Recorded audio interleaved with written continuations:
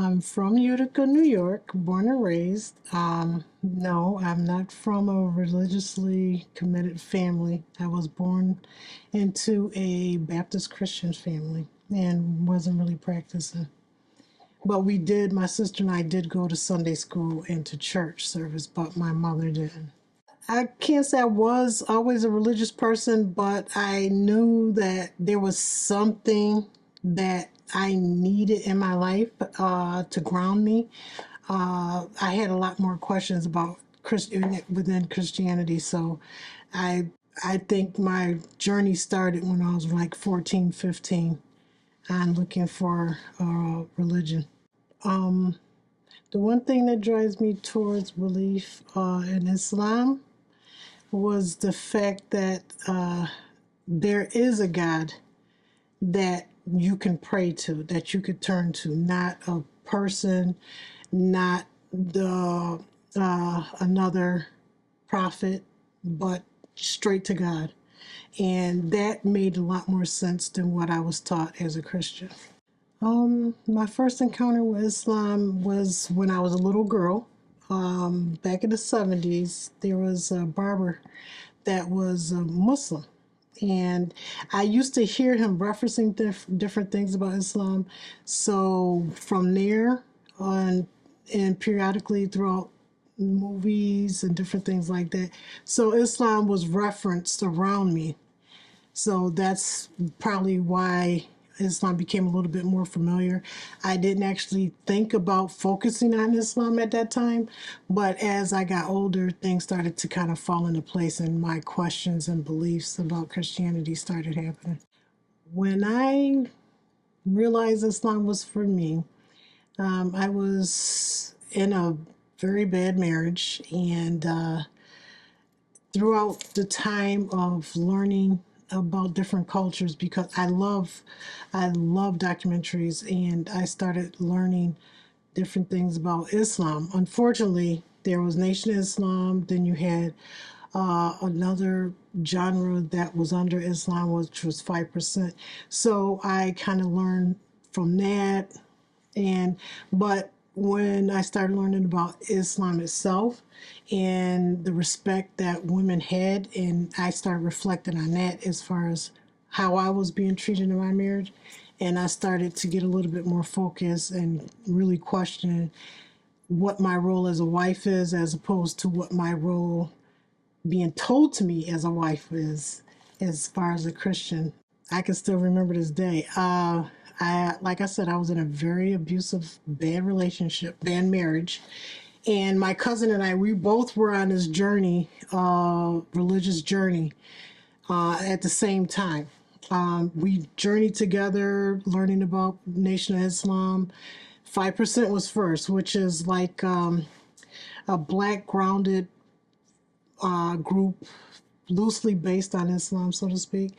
That didn't work out because the family members I have are not all black, so I couldn't fit into that. And Nation of Islam, again, I couldn't fit into that either, because you're saying one thing as far as Islam going, I'm seeing contradictions. But when my cousin went to the Million Man March, he saw a lot of things that he questioned, and I had one question, because the Nation of Islam has this belief that the man came in the form, God came in the form of a man. Same thing as what Christianity is where Jesus is the Son and the Father. And so it was like, okay, why would God come in the form of a man? So my cousin called me that day. He's like, he asked me what I was doing, how I was doing. I'm like, it's okay. And so he was like, you still looking into Nation of Islam? I was like, kind of, sort of. And he's like, well, stop. He's like, I went to the Million Man March. It's not it. He met a Muslim, a practicing Sunni Muslim, if you want to call him that, Orthodox Muslim. And he started teaching my cousin about wudu, about how to pray, the correct way to pray. And so once that was taught and the questions that he had were answered, and he felt really comfortable on researching what was being taught to him, That's when he called me and told me the same. He was like, just stop. I was like, okay. So he would handwrite. This is when people actually wrote letters with a stamp and mailed it. He would write and send me information on how to do wudu. And then he was teaching me the articles of faith, and then he was teaching me the pillars of Islam.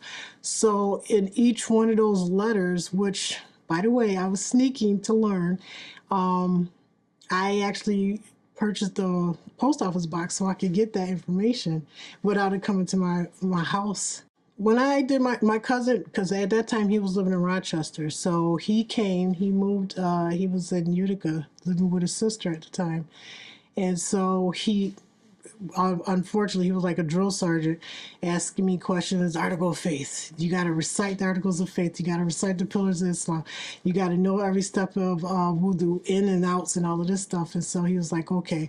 So then in the middle of my cousin's living room, I took my shot. But I don't know what year because of all the other stuff that was going on in my life.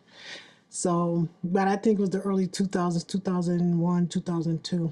In the present world of Islam, the people I look up to, there's many that I look up to, but I remember I was walking and one of the sisters from here, she's not in this area anymore, and she saw me and she was, Assalamu alaikum, and I'm like, wa alaikum assalam. So she was like, she came over, she gave me the biggest hug. It was so peaceful. I was like, I've never had a Muslim approach me like that. I've seen Muslims from different countries and the smiles of greeting and saying assalamu alaikum, it was beautiful. So that one particular sister, she was from Ohio. Then there was another sister from Pakistani, and those two sisters and a sister from Somali. Those three literally gave me an opportunity to see their characteristics of being a Muslim woman. And all three come from different cultures, different parts of the world, but it was consistent with what Islam is for a woman, you know? So that helped me a lot to have that support, to ask questions, and to be able to be around those particular sisters a lot more, to be able to get a better idea and grounding in the community itself. Because when my cousin instructed me, go to the masjid, go to the masjid, go next door, tell the imam you want to come and pray. I was like, no.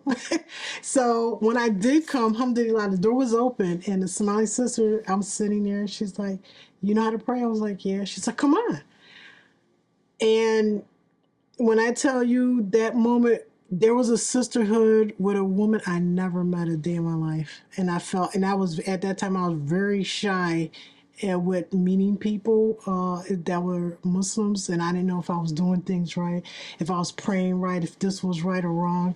So anything that I was in error of, they kindly guided me to what was correct. So that was beautiful. I haven't seen anything, I haven't experienced anything like that. Alhamdulillah.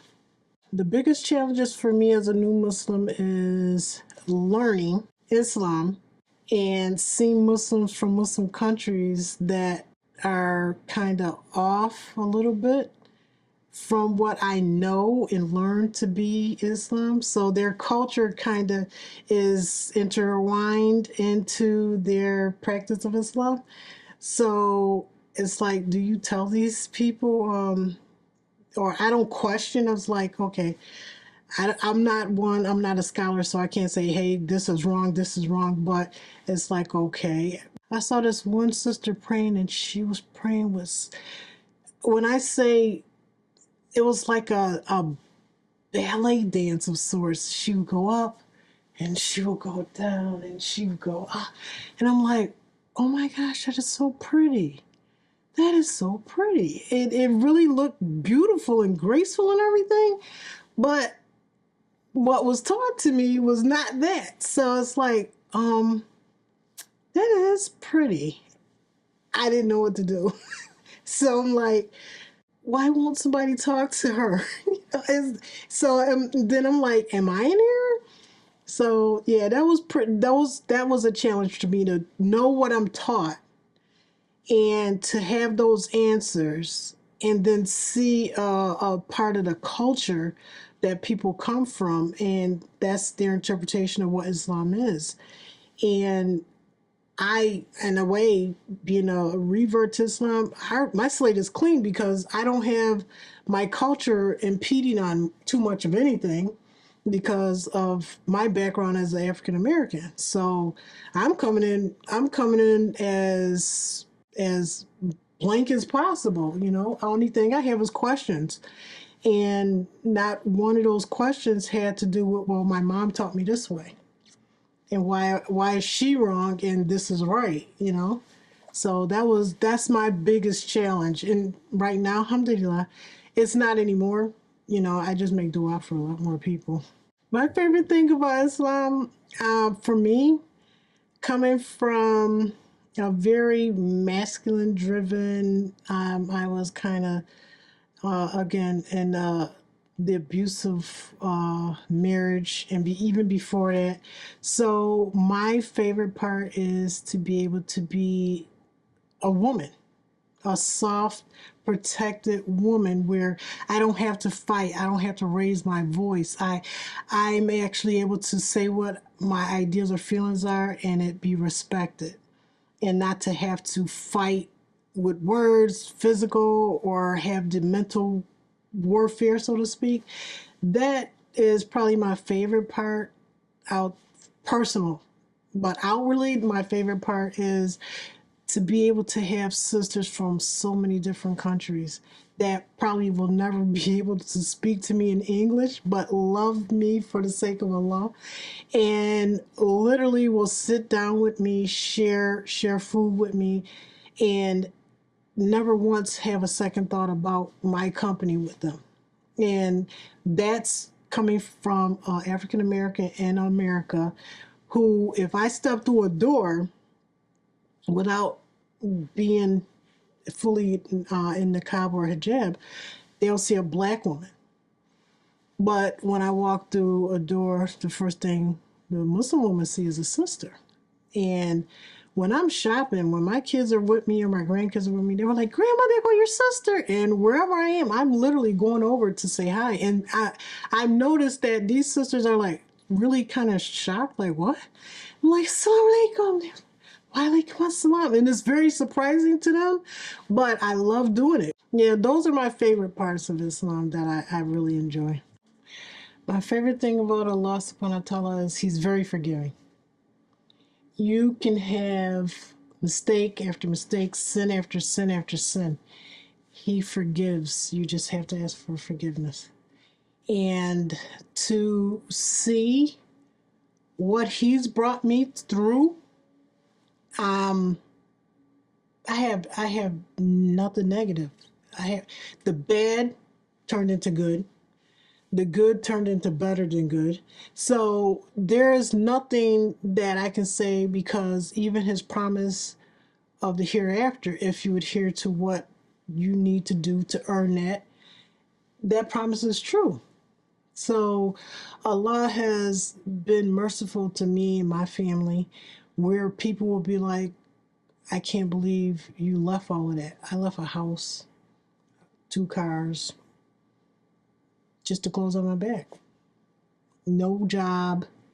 I wasn't allowed to work. I wasn't allowed to go any place."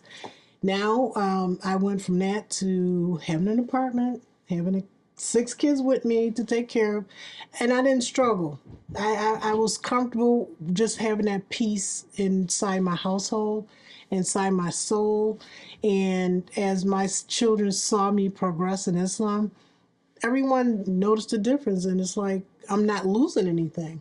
So whatever Allah subhanahu wa ta'ala gave me, and that got moved, I'm not gonna say taken, but that was moved and replaced with something better. And not just material stuff, but the level of peace. Some peace came with turbulence, but it was just to clear that out, to see the fundamentals of my journey. And the reasons why this happened is because of this. But other people are like, "Oh my goodness, all this bad stuff, it is bad." But when it's not bad, you got actual good. There's good in everything. So That's how I started learning. As far as has anyone actually taken their shahada because of me, I can't say. Because the circle I work with, I will say that two people came to me years later and our paths crossed again, and they told me because of what I told them based on Islam, they did not abort their children.